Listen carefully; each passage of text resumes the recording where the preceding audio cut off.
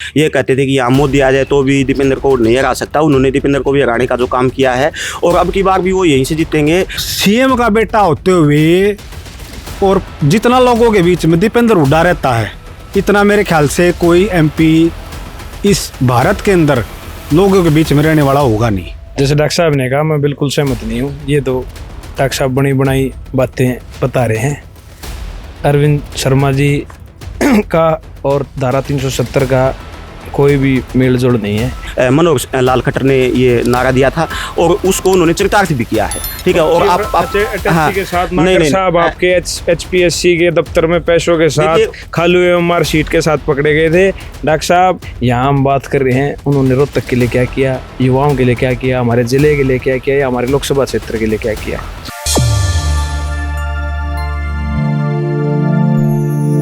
नमस्कार, इस वक्त एमडीयू में खड़े हैं हम। छात्र मेरे साथ है, यूनिवर्सिटी में घूम रहे थे तो अलग अलग छात्रों से हम बातचीत कर रहे थे। छात्र यहाँ बैठे थे, इनसे बातचीत करेंगे। पार्लियामेंट चुनाव की घोषणा हो गया, आदर्श आचार संहिता जो है वो लग चुकी है। 25 मई को हरियाणा में वोटिंग होनी है। पिछले 5 साल से अरविंद शर्मा जो है मेंबर ऑफ पार्लियामेंट थे इस सीट से। तो यूनिवर्सिटी में छात्र बैठे हैं, छात्र क्या सोचते हैं। भविष्य का चुनाव है और देश का चुनाव ये होने जा रहा है, पूरे देश में चुनाव है। तो छात्र क्या सोचते हैं इस चुनाव के बारे में और पिछले 5 साल से जो मेंबर ऑफ पार्लियामेंट है उन्होंने क्या कुछ डेवलपमेंट जो शिक्षा के क्षेत्र में, युवाओं के क्षेत्र में या इलाके में क्या कुछ डेवलपमेंट जो कराए हैं, वो इनसे बातचीत जो है वो करेंगे। अरविंद, मैं आपसे जानना चाहूँगा, 5 साल से अरविंद शर्मा सांसद हैं, तो किस तरीके का डेवलपमेंट है, कोई एजुकेशन को लेके या लोकसभा क्षेत्र में अपने में कोई काम कराया हो, कुछ ऐसा कि भाई जो ये कह सके युवाओं के लिए कुछ हुआ है? बिल्कुल, जिस प्रकार से आपने सवाल पूछा, आज रोहतक में किसी बच्चे से पूछोगे वो आपको बिल्कुल भली बात स्पष्ट तौर से बता देगा कि अरविंद शर्मा ने अपने कार्यकाल में युवाओं के लिए कुछ भी नहीं किया है। किसी प्रकार का कोई नया शिक्षण संस्थान नहीं खोला गया, किसी प्रकार की कोई भर्ती प्रक्रिया नहीं हुई। इनके शासनकाल में अग्निवीर जैसी योजनाएं, काले कानून जैसी योजनाएं, स्कॉलरशिप घोटाले जैसी काले काम ज़रूर हुए हैं। भविष्य के लिए, युवाओं के लिए इन्होंने कोई भी डेवलपमेंट का या उन्हें आगे बढ़ाने का प्रोत्साहन करने के लिए कोई भी इस तरह की कोई शिक्षा नीति में कुछ इस तरह का बदलाव या कोई भी ऐसा काम नहीं किया जिससे कि हरियाणा प्रदेश के युवाओं को, रोहतक के युवाओं को कोई फ़ायदा पहुँचे। युवाओं से मिलने आते थे मेंबर ऑफ पार्लियामेंट, यहाँ कोई ऐसा इवेंट हुआ हो सरकार की तरफ से, युवाओं से मिले हो, कोई स्कीम के बारे में बताया हो, सरकार ये स्कीम ले रही है, या युवाओं के रोजगार को लेके या कारोबार को लेके कई तरह की स्कीम जो केंद्र सरकार ने निकाल रखी है, युवाओं को जानकारी देने के लिए सरकार की तरफ से या मेंबर ऑफ पार्लियामेंट कुछ? बिल्कुल, कभी भी हमारी तो कभी मुलाकात नहीं हुई अरविंद शर्मा जी से। और टीवी और आप जैसे मीडिया के बंधुओं से भी हम वीडियोस देखते हैं, आपके चैनल देखते हैं, तो हमें सुनने को मिलता है कि जिस गांव में आजकल अरविंद शर्मा जी जा रहे हैं वहाँ भी यही शिकायत है कि भाई इलेक्शन जीतने के बाद हमने कभी उनको देखा ही नहीं। और योजनाएं बताना और उनके भले के लिए और उनके आगे डेवलपमेंट के लिए काम करना तो बहुत दूर की बात है। तो मतलब ये क्या मनसा रही पिछले 5 साल से? चलो भाई 1-2 साल इनका कोरोना का मान लेते हैं, कोविड में लोगों के बीच में गए हैं, देखे आप लोगों ने, छात्रों के बीच में आए हो, कोविड में भाई डरना नहीं है, सहना नहीं है, इस तरह की बात ना इस तरह का बिल्कुल। कोरोना काल में सभी ने मिलजुल कर, यूनिवर्सिटी में तो सभी ने मिलजुल कर बहुत ही अच्छे प्यार प्रेम के से एक दूसरे की मदद करके उस कोरोना काल में संघर्ष करने का काम किया। इसके अलावा इस तरह कोई राजनीतिक कोई भी मदद किसी प्रकार की यहाँ लोगों को या छात्रों को कुछ नहीं मिली। बहुत ही काफ़ी दिनों तक लंबे स्तर तक छात्रों ने आंदोलन किया उन्हें प्रमोट करने के लिए, उनके एग्जाम्स ऑनलाइन कराने के लिए। उसमें भी किसी प्रकार की कोई राजनीतिक या किसी सांसद द्वारा कोई मदद नहीं की, कोई मदद नहीं छात्रों की। हाँ जी, आपका क्या नाम है? डॉक्टर दीपक। डॉक्टर दीपक, आप डॉक्टर हो, PhD आपने करी है। तो 5 साल से अरविंद शर्मा सांसद हैं, वो भी डॉक्टर अरविंद शर्मा लिखते हैं, डॉक्टर हैं वो।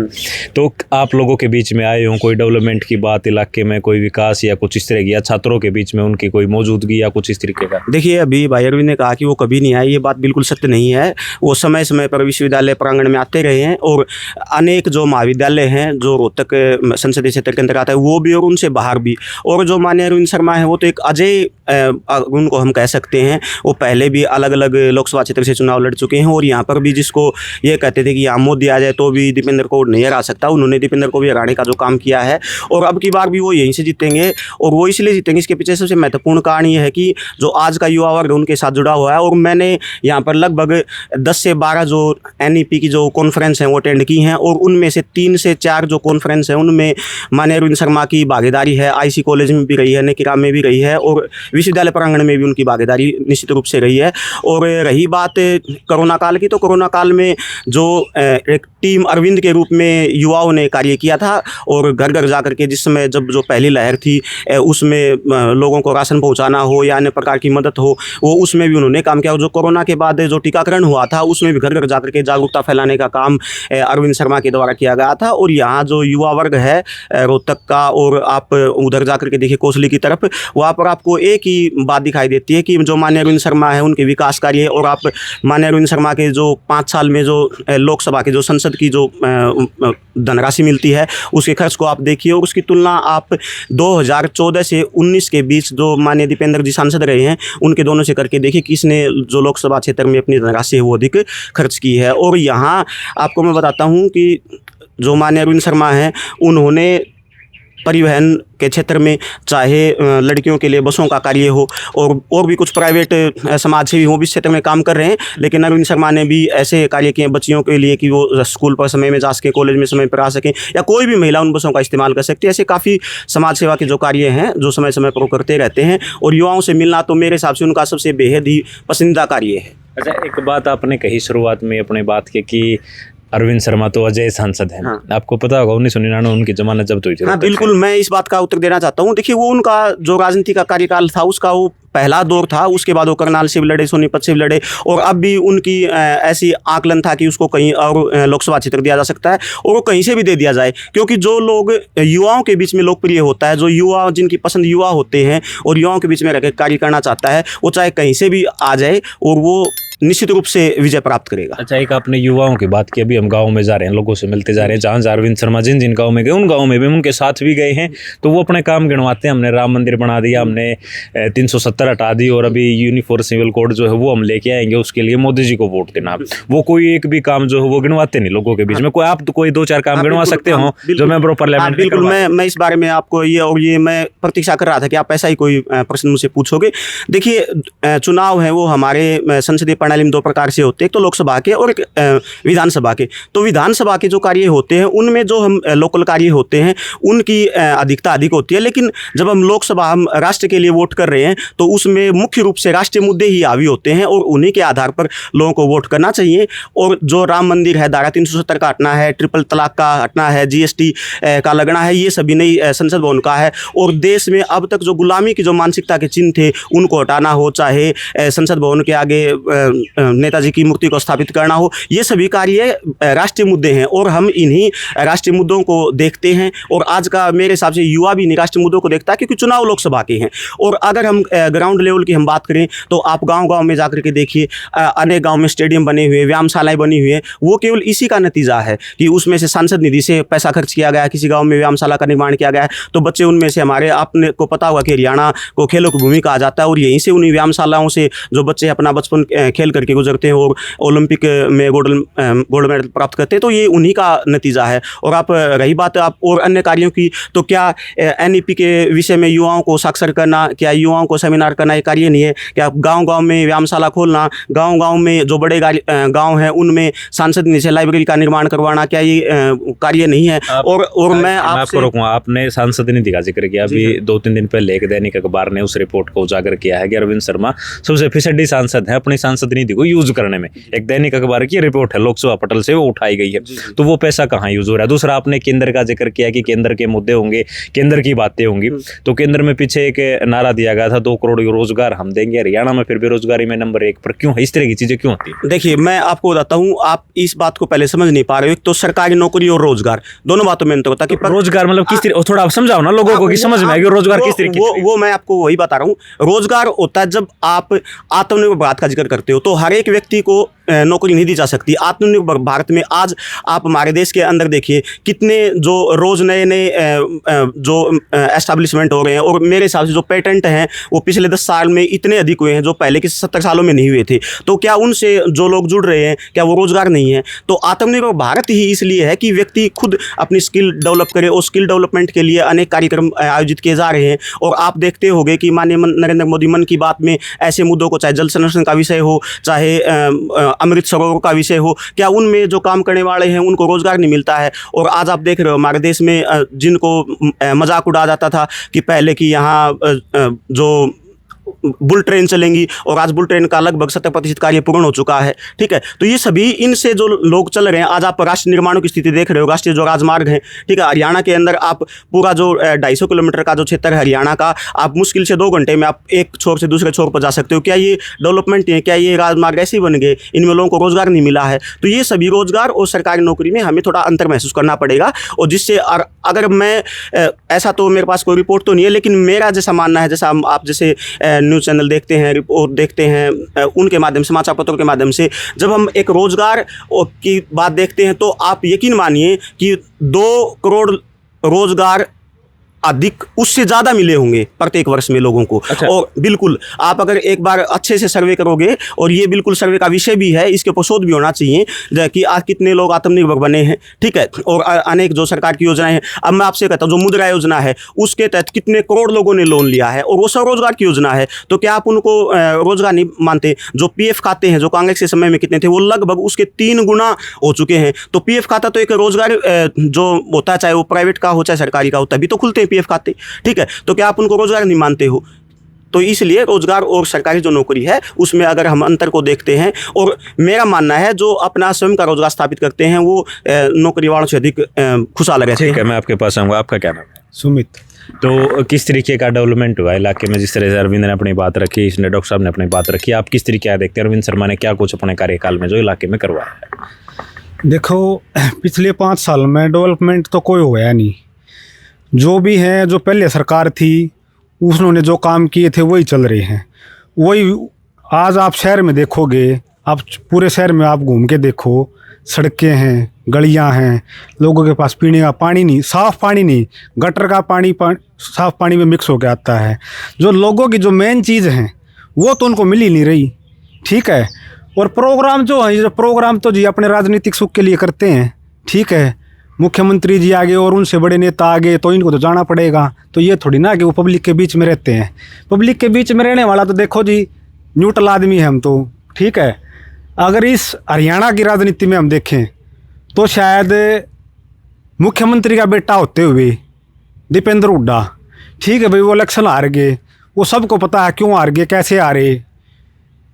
CM का बेटा होते हुए और जितना लोगों के बीच में दीपेंद्र हुड्डा रहता है, इतना मेरे ख्याल से कोई MP इस भारत के अंदर लोगों के बीच में रहने वाला होगा नहीं। तो ये आपके साथी आपके साथ खड़े थे, इन्होंने 2 करोड़ रोजगार का उदाहरण दिया कि 2 करोड़ से ज़्यादा ही लोगों को रोजगार मिले होंगे या वो आत्मनिर्भर बने हैं। तो आप इस बात से स्वीकार करते भाई 2 करोड़? ना, एक बात बताओ, अगर रोजगार होते इस प्रदेश में, इस देश में, तो हमारे हरियाणा के, देश के अलग अलग प्रांतों के जो युवा हैं वो अपनी ज़मीनें बेच के विदेशों में नहीं जाते। वहाँ जाके ये तो है नहीं कि वो अफसर की पोस्ट पे जाके बैठे हैं, मजदूरी जैसा ही काम करते हैं। वो अपने देश को, अपने घर को, अपने परिवार को छोड़ के जाना, अपनी ज़मीनें बेच के, कर्जा लेके जो बाहर जा रहे हैं वैसे तो जाएंगे नहीं। अगर रोजगार होता तो यहीं कर लेते।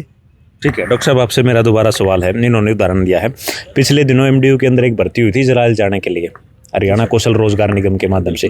अगर जिस देश में युद्ध चल रहा है, क्या हमारे प्रदेशी युवाओं को वहाँ भेजा जाएगा कि भाई आप वहाँ जाके रोजगार ले लो, जो फिलहाल युद्ध की स्थिति में जो देश खड़ा है? क्या इसमें क्या? वो देखिए, ये बात आपने बिल्कुल सही कही, वो युद्ध की स्थिति में नहीं है बल्कि वो युद्ध कर रहा है। उसके साथ जो हमास आतंकवाद, हालात वहाँ ये है कि किसी भी टाइम कुछ भी हो सकता है। बिल्कुल हालात वो है, लेकिन जहाँ जिन भर्तियों के लिए उनको नियुक्त करके वहाँ भेजा गया है वो बिल्कुल पीसफुल क्षेत्र में उनकी नौकरियाँ दी गई हैं, और वहाँ की जो सरकार है उसने उनकी सुरक्षा की गारंटी ली है। और आप स्वयं की जो सशक्त होने के लिए जो सशक्त राष्ट्र की परिभाषा होती है, मेरे हिसाब से पूरे विश्व में इजराइल से अच्छा इसका कोई उदाहरण नहीं मिलेगा। अगर इजराइल कोई बात कह देता है कि ये आपके जो नागरिक हैं वो हमारे देश में सुरक्षित रहेंगे, तो उसमें कोई किंतु परंतु की बात नहीं होगी। डॉक्टर साहब आप क्या कहोगे? नहीं, जैसे डॉक्टर साहब ने कहा, मैं बिल्कुल सहमत नहीं हूँ। ये तो डॉक्टर साहब बनी बनाई बातें बता रहे हैं। अरविंद शर्मा जी का और धारा 370 का कोई भी मेल जोड़ नहीं है। यहाँ हम बात कर रहे हैं उन्होंने रोहतक के लिए क्या किया, युवाओं के लिए क्या किया, हमारे ज़िले के लिए क्या किया, या हमारे लोकसभा क्षेत्र के लिए क्या किया। और इसके बाद जो बात रही, आपने पूछा कि भाई जो इजराइल भर्ती की गई, यहाँ बेरोज़गारी का आलम ऐसा है कि लोग यहाँ फांसी का खा रहे हैं, विदेशों में अपनी ज़मीनें बेच करके विदेशों में जा रहे हैं। क्राइम में आज हरियाणा प्रदेश नंबर 1 होता जा रहा है। और जो पर कैपिटा इनकम जो आदमी की थी उसके स्तर में और पिछले जो सरकारें थी उस स्तर में बहुत ज़्यादा गिरावट देखने को मिली है। और ऐसे कहने से आत्मनिर्भर या 2 करोड़ रोजगार नहीं मिल जाता। इसके लिए प्रयास करने पड़ते हैं, जिसकी तरफ सरकार का बिल्कुल ध्यान नहीं है। और रही बात NEP की और सेमिनार की, कॉन्फ्रेंसेज की, ये तो राजनीति दिखाने के लिए, अपने बजट को एडजस्ट करने के लिए, लोगों को दिखाने के लिए करने पड़ते हैं। उसका लाभ अगर आम व्यक्ति तक नहीं पहुंचता है तो उसका कोई अर्थ नहीं है, कोई सेमिनार का, कॉन्फ्रेंस का कोई अर्थ नहीं है। अच्छा, आप तीनों साथी में एक सवाल तीनों से ले लेता हूँ। तीनों यूनिवर्सिटी के छात्र हो, यूनिवर्सिटी में आप लोग रह रहे हो। यूनिवर्सिटी के अंदर एक प्लेसमेंट सेल है, वो कितनी नियुक्तियां बच्चों को देता है? मान लो कोई BTech करता है, M.Tech करता है, कितनी प्लेसमेंट मिलती है? अन्य डिपार्टमेंट हैं अलग अलग, उनसे कितनी प्लेसमेंट हो जाती होंगी यूनिवर्सिटी का, अगर हम इस लेवल पे समझे तो? इस बात देखिए, प्रॉपर आंकड़ा तो नहीं है आजकल, बाकी विश्वविद्यालय इसके लिए बहुत ज़्यादा प्रयासरत है, क्योंकि सरकार की तरफ से और सेंट्रल गवर्नमेंट या स्टेट गवर्नमेंट किसी की तरफ से भी इस प्रकार की कई बार योजनाएं आ चुकी हैं, जैसे कि बजट ना दिया जाए इनके लिए, इनकी ग्रांट ना दी जाए। तो एक सशक्त होने के लिए यूनिवर्सिटी ने अपने यूनिवर्सिटी के अंदर ही प्लेसमेंट सेल को डेवलप किया हुआ, जिसके माध्यम से वो अपने एलुमनीज के साथ मिल करके, अपने जो और MOUs हो रखे हैं उन चैनल्स के माध्यम से वो बच्चों को रोजगार दिलवाने का काम करने की कोशिश करते हैं, प्लेस करने की कोशिश करते हैं। उसी के लिए यूनिवर्सिटी ने सेंट्रलाइज लेवल पे भी प्लेसमेंट सेल बनाया हुआ है, और उसके साथ साथ डिपार्टमेंट लेवल पे भी प्लेसमेंट सेल है, उस पर वो कोशिश करते रहते हैं। बाकी पहले में और अब में काफ़ी सुधार है, और हम आशा और यही उम्मीद करते हैं कि और ज़्यादा आगे बच्चों की प्लेसमेंट ज़्यादा हो, जिसके लिए कि आने वाले समय में बच्चों को सरकारों की तरफ, मुंह की तरफ देखना ही ना पड़े, अपनी शिक्षा के आधार पर ही अपनी नौकरियां प्राप्त कर सकें। ठीक है डॉक्टर साहब, आपके पास किस तरीके का देखिए, अभी जो डॉक्टर साहब ने बात कही है, मैं बिल्कुल उस बात से सहमत हूँ। और इन्होंने कहा है कि बच्चे शिक्षा के आधार पर आगे बढ़ें, तो बिल्कुल ये सरकार है, ये शिक्षा के आधार पर रोजगार प्राप्त करने वालों के लिए बिल्कुल उपयुक्त सरकार है। क्योंकि बिना पर्चे और बिना खर्ची का जो माननीय पूर्व मुख्यमंत्री भूपेंद्र उन्होंने मनोहर लाल खट्टर ने ये नारा दिया था, और उसको उन्होंने चरितार्थ भी किया है। ठीक है, और आप हाँ, के साथ साहब आपके HPSC के दफ्तर में पैसों के साथ, खाली हुए मार्कशीट के साथ पकड़े गए थे। डॉक्टर साहब, आप हमारे लिए सम्माननीय हैं, आप अपनी बात रखिए, पर ऐसी छुपड़ी हुई बातें ना बताएं जिसका कोई तथ्य के साथ और कोई आधार नहीं है। सभी को जग जाहिर है, हरियाणा प्रदेश में सबको पता है किस प्रकार से HPSC में घोटाला हुआ, किस प्रकार से पेपर लीक हुए, किस प्रकार से स्कॉलरशिप के घोटाले हुए, किस प्रकार से नागर नाम का व्यक्ति HCS और उसके साथ जुड़े हुए अधिकारी OMR शीट के साथ, खाली OMR शीट के साथ, पैसों के बैग के साथ और अन्य कागजातों के साथ पकड़े गए। और आप ये देखिए, आज की भर्ती प्रक्रिया में जहाँ ये अपने आप को पारदर्शी बताते हैं, किसी भी छात्र का रिजल्ट नहीं दिखाया जाता। ये आज सबसे बड़ा अहम मुद्दा है युवाओं के लिए। उसको सिर्फ ये बता दिया जाता है कि भाई इसका सिलेक्शन हो गया, इसका रह गया, ना उसके नंबर बताए जाते हैं, ना उस मेरिट की, जिस मेरिट पे उनके लगाया गया है, जिस मेरिट की बात करते हैं, ना उसकी कट ऑफ बताई जाती है। मन मर्जी चला रखी है, अपने सब कुछ तानाशाही है, अपनी मर्जी से जिसको लगाना होता है उसको लगा लेते हैं, जिसको हटाना होता है हटा लेते हैं। ठीक है डॉक्टर साहब, आप बताओ। देखिए, ये जो लोग पकड़े गए हैं, जो भी है, तो सरकार ने पकड़ने का कार्य किया है उनको। जहाँ पर भी भ्रष्टाचार होता है, चाहे वो कोई अधिकारी हो या कोई नेता हो, उसके ऊपर कार्रवाई अवश्य होती है। तो इसके लिए मैं, और आपने एक पहले सवाल पूछा है यूनिवर्सिटी प्लेसमेंट का, तो विश्वविद्यालय में यहाँ हर वर्ष प्लेसमेंट के लिए जो आंकड़े हैं वो एकत्रित किए जाते हैं कि चाहे कोई बच्चा बाहर, विश्वविद्यालय से बाहर कोई शिक्षक लगता है, कहीं किसी अन्य प्राइवेट क्षेत्र में जाता है, तो विश्वविद्यालय उसके आंकड़े संग्रहित करता है। और जो प्लेसमेंट सेल है विश्वविद्यालय की, वो बिल्कुल बच्चों को आगे बढ़ाने के लिए गाइडेंस का काम भी करती है। और वो ये भी बताती है, अभी पीछे 1 सप्ताह के लिए जो प्लेसमेंट सेल है वो उसका जागरूकता अभियान चलाया गया था, जो हमारे पुस्तकालय के पास ही है। तो उसमें काफ़ी बच्चों ने वहाँ जाकर के जानकारियाँ भी एकत्रित की हैं। तो जिस तरीके का ये कह रहे हैं कि वे पर्ची खर्चे चलती हैं, भ्रष्टाचार हुआ है, करोड़ों रुपए के साथ वो पकड़े गए हैं, आप कह रहे भी यूनिवर्सिटी ठीक कर रही है, लेकिन सरकार के लेवल पे भी आप ठीक बता रहे हो। फिर ये मतभेद कहाँ आता है? सरकार फिर अपनी जमीनें बेच के अब जिस तरह से डोंकी से जा रहे हैं, वहाँ लोग मरते हैं, ये हालात पैदा क्यों हो रहे हैं? देखिए, ये आप कह रहे हो कि जो यहाँ से हमारे जो नागरिक हैं वो विदेशों में जा रहे हैं, तो ये ऐसा कोई नई बात नहीं है, पहले भी जाते थे और अन्य देशों से भी हमारे देश में भी आते हैं। जैसे कि अभी जो सरकार ने 31 दिसंबर 2014 से पहले के जो नागरिक हैं बांग्लादेश, पाकिस्तान और अफगानिस्तान से, ठीक है, उन सभी को भारत में शरण देने का कार्य किया है। तो कोई भी व्यक्ति किसी आधार पर, रोजगार के आधार पर आप कह सकते हो, या फिर उसको किसी अन्य अपने रिलेटिव के पास वहाँ जाने के लिए जो पहले से वहाँ रोजगार कर रहा है, ठीक है, हाँ, तो उसमें उसके लिए वो ऐसे जाते रहते हैं और ये चीज़ें पहले से चलती हुई हैं।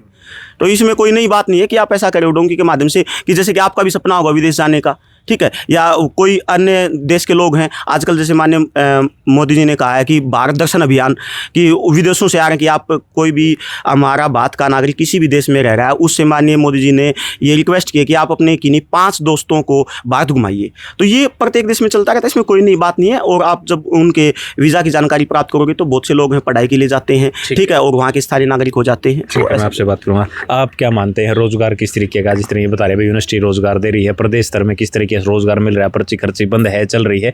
क्योंकि आमतौर पर लोग जो आरोप भी लगाते हैं और पक्ष की बातें वगैरह जिससे डॉक्टर साहब कर रहे हैं, तो आप क्या मानते हैं? देखो, पर्ची खर्ची की तो ये बात ये है जी, सरकार कोई भी आओ उसमें सबके अपने अपने काम तो वो करवाएंगे, और जो पर्ची खर्ची है, जो दिक्कत चल रही है, वो केस भी सामने आए हैं। वो केस सामने आए हैं, कुछ गलत हो रहा है तभी तो आए हैं, ऐसे तो आएंगे नहीं, ठीक है। पर ये है, सबका अपना अपना तरीका अलग है। कोई किसी तरीके से काम करता है, कोई किसी तरीके से काम, किसी का पता लग जाए, किसी का पता नहीं लगे। ईमानदार सरकार होना बहुत मुश्किल चीज़ है, हो ही नहीं सकती, ठीक। अब आप पूरे देश में देख लो, आप कितने MP हैं, कितने MLA हैं। बीजेपी कांग्रेस एक ऐसी सरकार थी जिसने अपनी सरकार होते हुए ए राजा कनिमोझी जैसे अपने मंत्रियों को जेल के अंदर डाला था। किसी बीजेपी का नेता कोई गया अंदर?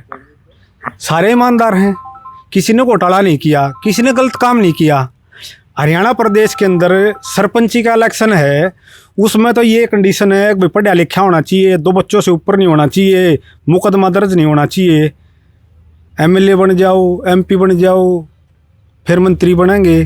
कितने मुकदमे हैं इस देश में लोगों के ऊपर, वहाँ ये चीज़ लागू क्यों नहीं करते? भाई पढ़ा लिखा होना चाहिए, ये कंडीशन होनी चाहिए, वहाँ तो कोई नहीं। और एक सरपंच जो नीचे वाला लेवल है उस पर ये कंडीशन होनी चाहिए। इस चीज़ के ऊपर पता नहीं कितने दिन तो हरियाणा में सरपंच का इलेक्शन रुका हुआ था, कोर्ट में केस चल रहा था। तो ऐसा जब तक सिस्टम सुधारने की कोशिश नहीं की जाएगी ना, इस देश में कुछ नहीं हो सकता। सब अपना राजनीति बेनिफिट देखते हैं। आज मैं उस पार्टी में कूद गया, मैं कल उस पार्टी में कूद गया, मैंने यहाँ टिकट नहीं मिली तो मैं दूसरे में चले गया। इस देश की जनता से किसी को कोई मतलब नहीं है। नहीं तो सबको पता है, 125 करोड़ आदमियों को इस देश के अंदर, इस देश में आज क्या चल रहा है। अच्छा, एक बात, किसी के घर ईडी आ गई, मन ने पटका पैर लिया, ईडी चली गई, या उसको पहले अंदेशा दे दिया धंधा करने वाले को, बिजनेसमैन आदमी को जो नामचीन है, भैया तो पार्टी ज्वाइन होगी या उसके घर ईडी जाएगी। ये सिस्टम चला हुआ है, तानाशाही चल रही है।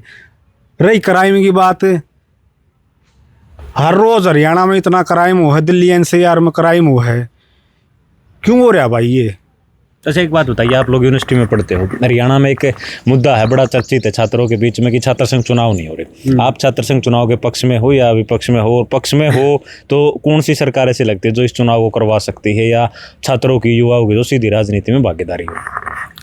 देखो, छात्र संघ चुनाव तो होने चाहिए, क्योंकि छात्र ही वो हैं जो इस देश में आगे जाके कुछ देश के लिए कुछ कर सकते हैं, लोगों के लिए कुछ कर सकते हैं। एक छात्र राजनीति एक प्लेटफॉर्म है बच्चों को आगे आने का, ठीक है। वो ज़मीनी स्तर से जुड़े हुए हैं, उन्होंने समस्याओं को देखा है कि भाई एक छात्र जब शिक्षा लेता है स्कूल में, कॉलेज में, यूनिवर्सिटी में, तो क्या दिक्कतें आती हैं, वो उन चीज़ों को समझेगा। छात्र राजनीति के द्वारा जब वो चुना जाएगा तो वो उनकी आवाज़ उठाएगा। तो देखो, छात्र राजनीति के माध्यम से ये आदमी कुछ कर सकता है। ठीक है, आप छात्र राजनीति, छात्र संघ चुनाव जो है वो बहाल नहीं हो रहे 1995 के बाद से, आप उसके पक्ष में हो, विपक्ष में देखिए, हो? बिल्कुल मैं इस पक्ष में हूँ कि छात्र संघ के चुनाव बहाल होने चाहिए। जो हमारे पूर्व मुख्यमंत्री स्वर्गीय बंसीलाल जी के समय छात्र संघ चुनाव हैं वो बंद हुए थे, लेकिन उसके बाद 10 साल हरियाणा में कांग्रेस की सरकार और रही है, 10 साल अभी बीजेपी की सरकार भी रही है। तो इसमें ये आपका एक ओपन बहस का मुद्दा है और इसमें सरकार को कदम उठाने चाहिए, क्योंकि आप जितने भी, चाहे हमारे पूर्व उपराष्ट्रपति थे वेंकैया नायडू, वो भी छात्र अध्यक्ष रहे हैं, हमारी सुषमा स्वराज थी वो भी छात्र अध्यक्ष रही हैं, और भी अन्य आप चाहे जैसे मैं आपसे हमारे जो पूर्व प्रधानमंत्री हैं डॉक्टर मनमोहन सिंह है, आप उनका चंडीगढ़ जब विश्वविद्यालय में जाते हो तो जो एलुमनाई हाउस है उनके अंदर उनका चित्र लगा हुआ है कि वो यहाँ के स्टूडेंट थे। तो कहीं ना कहीं राजनीति में, छात्र राजनीति में सक्रिय रहे होंगे सभी जो नेता हैं। तो इसलिए छात्र संघ चुनाव बहाल होने चाहिए और ये हाँ एक ओपन बहस का मुद्दा है ये। ठीक है, अरविंद आप क्या चाहते हो? छात्र संघ चुनाव होने चाहिए? छात्र संघ चुनाव बहाल होने चाहिए। छात्र संघ ही एक ऐसा माध्यम है, ऐसा प्लेटफॉर्म है जो आने वाली युवा पीढ़ी को अपने देश के प्रति जागरूक करने का काम करती है, लड़ाई लड़ना सिखाती है और उन्हें एक प्लेटफॉर्म देती है जिसके माध्यम से वो आर्मी में सेवा करने के साथ साथ, पुलिस में सेवा करने के साथ साथ अपने देश के लिए जन सेवा की भावना रखते हुए इस फील्ड में भी अपनी सेवा दे सकते हैं और लोगों के लिए उनकी आवाज़ उठाने का काम कर सकते हैं, उनकी आवाज़ बनने का काम कर सकते फिर हैं। सरकारों की क्या मंशा रही, मतलब अभी बहुत सारी सरकारें देखी, वो दावा तो करते हैं हम करेंगे, अभी युवा डिप्टी सीएम थे वो कह रहे थे हम तो कर ही देंगे, आते ही वो चीज़ें हुई नहीं, क्या मानते हैं इसके? बिल्कुल, मैं यही कहना चाह रहा था, वही बात आपने मेरे मुंह की बात आपने कह दी कि कहने के लिए आने वाली सरकारें कहती ज़रूर हैं कि हम छात्रों के लिए छात्र संघ चुनाव बहाल करेंगे, उन्हें टिकट देने का काम करेंगे, पर जब देने की बात आती है तो सिर्फ युवाओं को ठेंगा दिखाने का काम किया जाता है, क्योंकि ये युवाओं से डरे हुए लोग हैं। तो इस प्रकार के जो राजनीतिक लोग होते हैं, राजनीतिक पार्टियां होती हैं, चाहे इसमें बीजेपी हो, चाहे कांग्रेस हो या कोई अन्य पार्टियां हो, ये युवाओं से डरती हैं और इसमें कुछ इस तरह के लोग एस्टेब्लिश हो जाते हैं जो युवाओं को आगे नहीं आने देना चाहते। वो इस तरह के सजेशन उन पार्टियों को, सीनियर लीडरशिप को देते हैं कि छात्र संघ चुनाव जैसे बहाल ना किए जाएं या इनको बैन रखा जाए या इनकी भागीदारी सुनिश्चित ना की जाए, जो कि अब जिस इस हिसाब से 60% युवाओं की भागीदारी वोट अगर वोटिंग परसेंटेज देखें तो उनकी है। आने वाले समय में युवा अपना हक छीनने का काम करेगा और जब युवाओं की अपनी सरकार होगी जो इस तरह के फैसले लेने का काम करेंगे और छात्र संघ चुनाव को बहाल करने का काम करेंगे। ठीक है, एमडीयू में थे ये छात्र थे, इन्होंने अपनी बात जो है बड़ी बेबाकी से रखी है, एक एक बात के ऊपर अपनी राय रखी। इस बारे में आप लोग क्या विचार रखते हैं वो हमें कमेंट करके जरूर बताएं। शुक्रिया, धन्यवाद।